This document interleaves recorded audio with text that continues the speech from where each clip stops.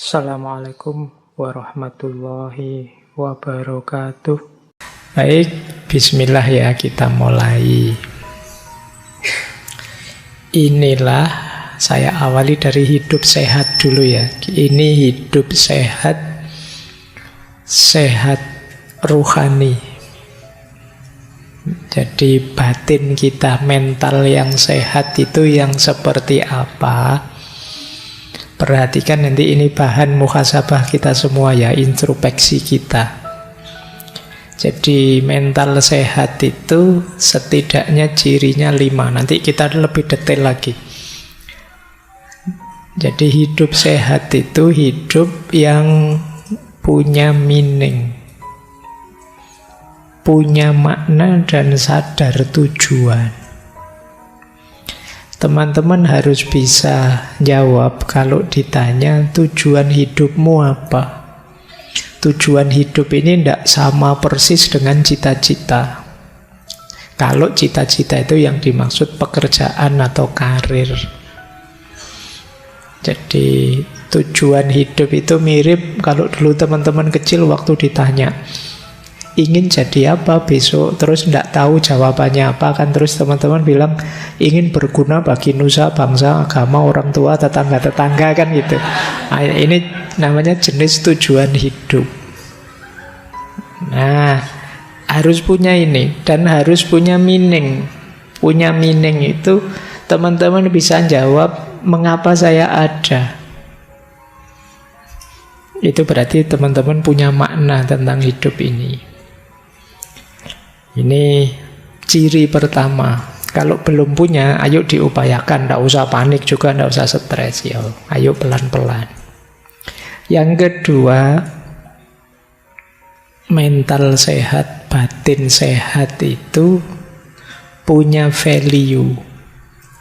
Ada nilai-nilai yang ingin kita tegakkan, yang jadi sandaran hidup kita. Jadi hidup kita kan yang muda-muda kadang-kadang senang, saya ingin bebas saja Pak, tidak mau diatur, tidak mau ada apa-apa, pokoknya bebas sebebas-bebasnya, malah capek. Justru hidup nyaman itu kalau kita sadar nilai, ada yang diperjuangkan, ada yang disandari. Itu namanya value. Orang sebebas apapun sebenarnya secara tidak sadar juga punya value-nya sendiri. Tidak ada orang yang bisa sama sekali bebas, sama sekali lepas. Paling tidak dia sedang menegakkan satu value, namanya nilai kebebasan. Jadi tidak ada orang yang tidak terikat oleh apapun. Setiap orang terikat oleh nilai yang dia anggap baik, yang dia anggap benar, yang dia anggap berharga. Itu kedua. Orang yang tidak punya nilai, tidak menghargai tatanan, tidak menghargai standar-standar hidup, dia akan sulit untuk berkembang. Yang ketiga, transenden. Transenden ini maksudnya kita sadar bahwa hidup ini ada sesuatu yang lebih besar, lebih tinggi, yang melampaui diri kita dan mempengaruhi kita. Kita kalau sendirian tanpa yang lebih tinggi itu, kita itu lemah, banyak kekurangan-kekurangan.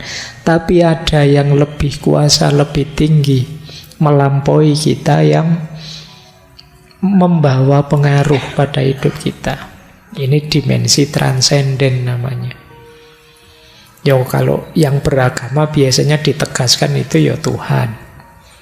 Tapi mungkin ada orang lain yang dianggap melampaui dirinya, itu mungkin bisa nilai tertentu, bisa wawasan tertentu, dan lain sebagainya. Nanti ada penjelasan panjang tentang transendensi. Kemudian hidup dengan batin sehat itu adalah connecting. Kesadaran bahwa kita ini tidak sendirian. Saya tidak ada artinya apa-apa tanpa kalian. kalian butuh teman kalian, dan seterusnya. Jadi kita ini saling nyambung. Jangan dikira kalau saya sedih terus yang sedih hanya saya. Bisa saja temanmu lihat kamu sedih ikut sedih. Ini punya teman kok merengut saja, akhirnya kita ikut merengut. Gitu loh. Kalau punya teman ceria, kamu kan ikut ceria. Ini kesadaran keterhubungan.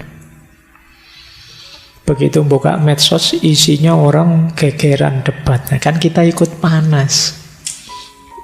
Jadi padahal kemarin-kemarin kita bilang saya tidak ikut-ikutan kampanye-kampanyenan, silahkan saja. Tapi begitu baca postingan-postingan ikut panas kita. Kenapa begitu? Kita itu terhubung, jangan lupa. Jadi ada aspek connecting. Jadi kalau ingin baik, ya ayo baik bareng-bareng. Kalau ada yang rusak, ya bisa nular dan akhirnya kita bisa rusak bareng-bareng. Maka penting masing-masing kita sadar bahwa kita ini terhubung. Jangan kamu bilang, Allah ngapain sih kamu ikut campur rusak-rusakku sendiri, kalau tidak mau ya minggir saja. Ya memang rusak-rusakmu sendiri, tapi merusak ya keterhubungan di antara kita. Karena kamu rusak, ya pengaruh rusakmu bisa masuk padaku. Karena kamu tiap hari misuh-misuh, ya mulutku yo gatel pengen meso balik akhirnya. Kenapa? Kita ini connecting, terhubung. Nah, maka carilah koneksi yang baik. Jangan cari koneksi yang toksik. Nah, itu bahasamu hari ini kan itu, toxic relationship. Oke, yo istilahmu sendiri loh hari ini. Nah, yang terakhir becoming. Hidup nyaman, ideal, itu ya yang kita tambah baik, tambah baik. Jangan ada yang merasa sudah baik. Yang merasa sudah baik, alamat tidak bisa tambah baik lagi, wong sudah. Jadi kita itu ya sebut saja lumayan baik, tapi masih bisa lebih baik lagi. Ada banyak hal dari diri kita yang bisa diperbaiki lagi. Untuk membangun pride, kebanggaan diri, ayo membuat diri kita lebih baik lagi. Meskipun kecil. Dan ayo kita sadari ini.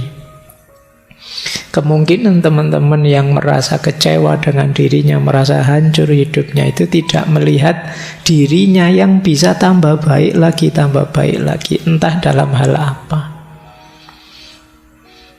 Meskipun hanya kecil, ayo kita akui itu, bahwa saya sudah lebih baik kok Pak. Meskipun sangat kecil, tidak apa-apa. Itu menumbuhkan pride-mu pada dirimu. Pak, saya kalau tahun lalu sholatnya bolong-bolong Pak. Alhamdulillah sekarang masih bolong, tapi tinggal sedikit bolongnya. Nah, itu kan lumayan, ada yang lebih baik. Pak, kemarin saya sholat subuh mesti telat Pak, jam 7 baru bangun. Alhamdulillah sekarang jam 6:30 sudah bangun. Loh, itu kan tambah baik, lumayan. Akui saja kamu lebih baik, tidak apa-apa. Menumbuhkan pride, kebanggaan pada dirimu. Meskipun sedikit, saya lebih baik sekarang. Nah, kalau gagal di satu aspek, cari di aspek yang lain, yang di situ kalian tumbuh lebih baik. Ini untuk menghindarkan dari rasa putus asa, rasa frustasi bahwa kamu itu tidak ada baiknya, kamu itu gagal semua, kamu itu hidupmu hancur, tidak ada yang baik yang kamu lupakan. Nah, itu becoming. Jadi ayo teman-teman, ada 5 aspek hidup sehat secara batin, secara spiritual yang penting kita perhatikan. Apakah kita sudah sehat dalam 5 aspek ini? Jadi yang pertama makna, meaning, yang kedua values, yang ketiga transcendent, yang keempat connecting, dan yang kelima becoming. Oke, untuk malam hari ini saya cukupkan sekian dulu. Mohon maaf kalau ada yang kurang berkenan, mungkin 1-2 kekurangan apa, mohon dimaklumi. Kalau ada kekhilafan, kealpaan yang teman-teman ngerti benernya seperti apa, ya silahkan disampaikan. Kurang lebihnya mohon maaf. Wallahul muwaffiq. Wallahu a'lam bissawab. Wassalamualaikum warahmatullahi wabarakatuh.